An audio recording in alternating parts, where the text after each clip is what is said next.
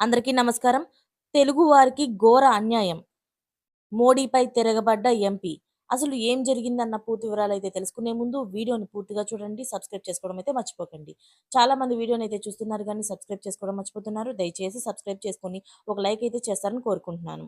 అయితే కాంగ్రెస్ ఎంపీ గడ్డం వంశీకృష్ణ లోక్సభలోని తెలంగాణకు జరుగుతున్న అన్యాయం పైన కేంద్ర ప్రభుత్వాన్ని నిలదీశారు.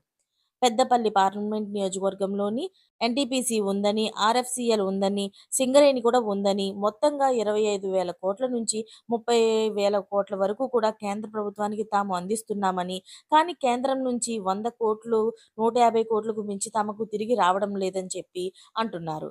అయితే అగ్రికల్చర్ యూనివర్సిటీ కావాలని కేంద్రాన్ని పలుమార్లు అభ్యర్థించామని, మైనింగ్ యూనివర్సిటీలు కావాలని అడిగామని, అయితే సింగరేణి కార్మికుల కోసం ఈఎస్ఐ హాస్పిటల్ కావాలని కేంద్రాన్ని కోరామని పెద్దపల్లి ఎంపీ గుర్తు చేశారు. అయితే వీటిలో ఏ ఒక్కటి కూడా కేటాయించకుండా కేంద్ర ప్రభుత్వం తమను శిక్షిస్తుందని చెప్పి ఎంపీ వంశీకృష్ణ సభ దృష్టికి తీసుకొచ్చారు.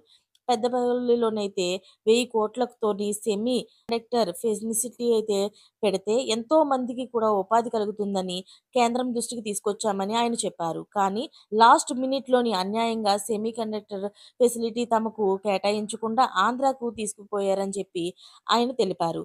ఈ అన్యాయం పైన పోరాడతామని పెద్దపల్లి ఎంపీ గెడ్డం వంశీకృష్ణ సభలో అయితే స్పష్టం చేశారు. అయితే కేంద్రం ఎప్పటికప్పుడు తమకు అన్యాయమే చేస్తుందంటూ వంశీకృష్ణ గారైతే విరుచుకుపడిపోయారు.